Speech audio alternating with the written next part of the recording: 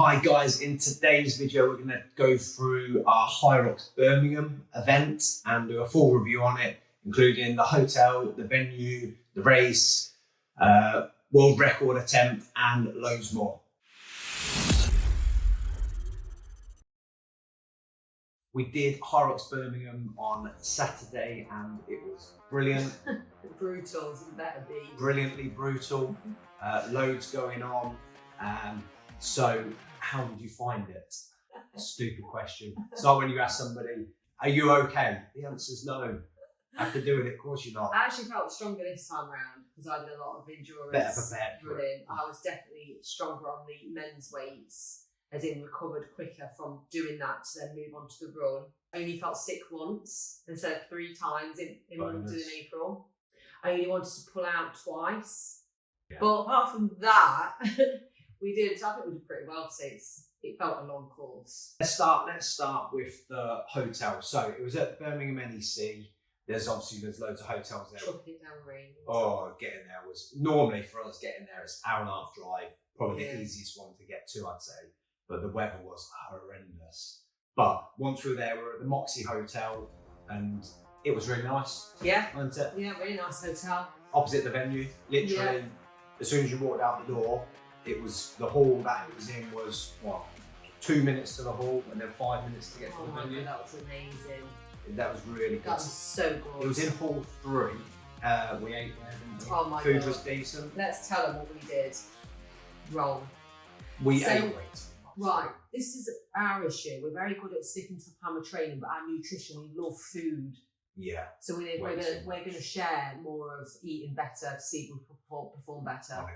We're going to start that because we didn't eat great, did we? All right, not bad. We'll use it as a little bit of we need to fuel our body for Hyrox. But how often can you use that excuse to keep going? We got there at 3, didn't we? And then we're starving. So Nando's, which I think is fine. Choices. But we didn't have to have chips and loads of salt chucked all over it. No, we didn't. But that wasn't too bad. That wasn't too bad. I had a salad as a side instead of like the peas that you had. Yeah. And then we wanted to just nip to a shop. That's one thing to say. There wasn't any shops near without having to drive and go somewhere. Which you directed us to end up doing 10,000 steps when I wanted to rest my legs. Yeah, there's a long list actually in the venue, but I looked on my phone on Google Maps and it took us down. Basically, nearly died through all the cars. We were just in a random part of the NEC. People must have thought, I'm going in the loading bays for. We looked like a pair of idiots. And then we got to the one inside the NEC that was shut. So we ate at the hotel.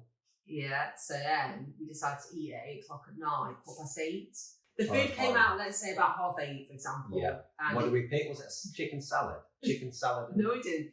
We decided to have chicken and barbecue pizza. Oh, yeah. And it came out with the thickest amount of cheese you've ever seen in your life. Chicken that looked like being chucked on top. But it was actually really tasty. Yeah, and I don't like waste. So I had 2 slices to not get. Yeah, we shared one. To be fair, we shared one. Didn't we? We didn't have a pizza each. No, we shared one because we were quite big. Yeah, decent. We couldn't eat one each. Steve I felt sick after eating it. What have I done that for? I had 2 slices. Steve must have had about 4. Let's go with 4.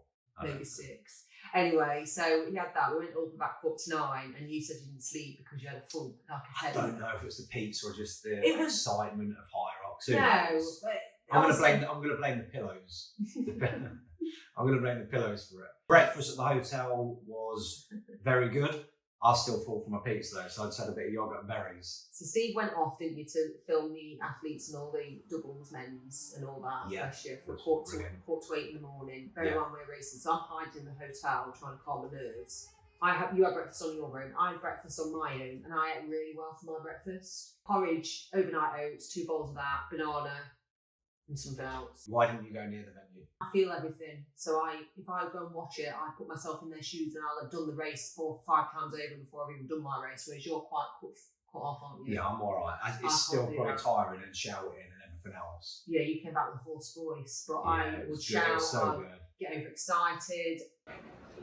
So 8 o'clock in the morning, we're just about to kick off with the first race, and the first race is going to be a world record attempt breaking one in the men's doubles. 2 pairs going for that, and then the energy in here is excellent. Everything's getting busy. the people going for the world record in the men's double were John Wynne and Hunter McIntyre. They were the favourites. And then we had James Kelly and Graham Halliday. And then there was also Jack Dearden and Mark Dean. And it was close. There was probably a minute between all of them. So Hunter and John won, and they won by about a minute. And then there was James and Graham. And then just behind them, probably a minute later, it was Jake and Mark. It was a really good race. It's just watching the top people do it in the speed they do it at is ridiculous. It's just such another level, and it's so good to watch. Does it inspire them to go faster? Yeah, it can't not. When you're watching someone like Hunter McIntyre pull the sled, and you just go in, it's how easy and effortless it makes it all look, and then the speed they're running at as well. It's somewhere else. It's great. So I don't think anybody could watch something like that and not take inspiration from others who are at the top of the game and doing it. And fair play to the others who weren't that far behind them and going for it as well. So yeah, that was brilliant. So that was at 8. They didn't break the world record, but whether that was because it wasn't the right track to break a world record on, I think that's probably more likely the case. So the layout of the track, what was the so easy. It was brilliant. The layout was brilliant, wasn't it? But I felt like it was a longer course, don't know why. And apparently, not for us, but the sleds were hard. I found the sleds all right, both pulling and pushing. Yeah, and then Rock's Life have then said the times for pushing the sled were probably about 30 seconds quicker. This is based on the men's open, just to give it some comparison. About 30 seconds longer pushing the sled for the average sled push times.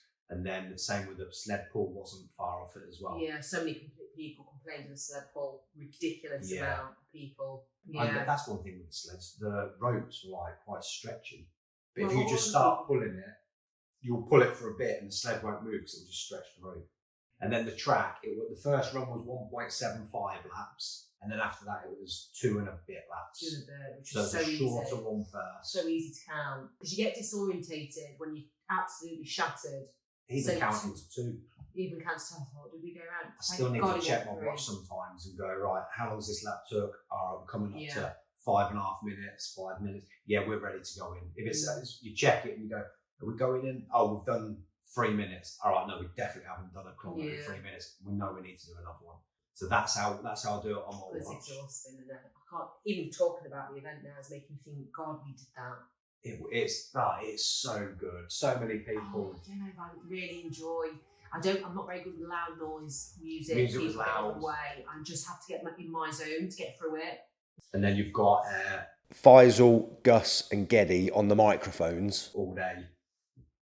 Faisal was the energy they're on, shouting about, jumping around, talking all day, and then Faisal then did the men's pro. Yeah. What time was it? Must have been 8:40. 8:40 after being on the mic all day.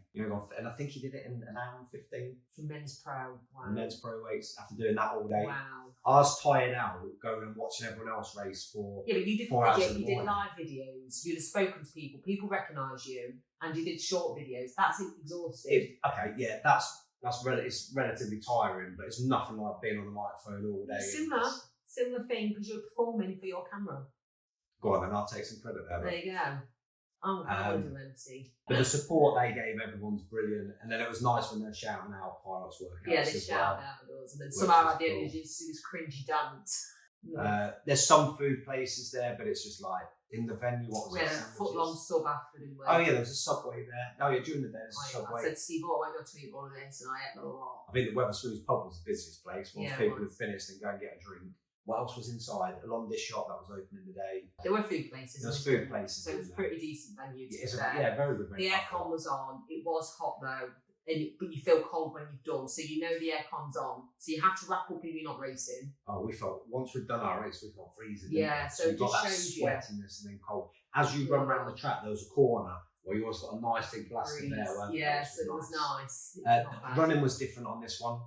Which is what I think they're changing it for all the Hyrox events. So now the overtaking is on the get my hands right hand side, which I think worked way better. Would you reckon? Yeah, loads better. Although we were in and out, weaving a lot. We definitely had to run more, so I think that's what made it a longer course. So you do run more because you're on the outside. You'll see what I mean when you do your event. Chalk-wise, there was an issue with it. There was no chalk there was none for ours at 2:30. And from what I can gather, there wasn't any mid-morning. I reckon I just got a good grip. Maybe. As well, because I'd never used chalk, so to me it didn't matter. I've never trained with chalk or with gloves or anything like that, so I was okay with that. But people were rubbing their hands on the floor, and I felt for them, especially if you're sweating. If you're sweating a lot and you're then gripping the kettlebells, or you're trying to pull the sled, it definitely can help. And then AJ Hyrox had to give his partner in the mixed doubles a piggyback for quite a lot of it. Oh, I think she went over on her ankle. Oh, I think I saw that. Yeah. They were running on Lisa and Penny's. Yeah, they managed to still get through it, and they both sort of did it all. Amazing. There's so many people doing stuff in there where it's like, hats off for getting through stuff and doing it. Everybody's not athletes doing it, are they? No. So the challenge for some people to just get through it, that's a challenge for all of us just to get through it. But just to finish it is really good. So that's the review of Birmingham and the NEC and Hyrox. Overall, brilliant stuff as always, and very, very well run by Hyrox as well. Everything's always very professional when it's done there. And a shout out to all the judges who, without the judges, it wouldn't work, would it? And they're so supportive as well. Yeah. Helping you get through what you do. Yeah. Thanks as always for watching our videos. I'm looking forward to doing our next video. We'll probably do another one next week. We're trying to follow our journey as well as update you and give new Hyrox tips and updates.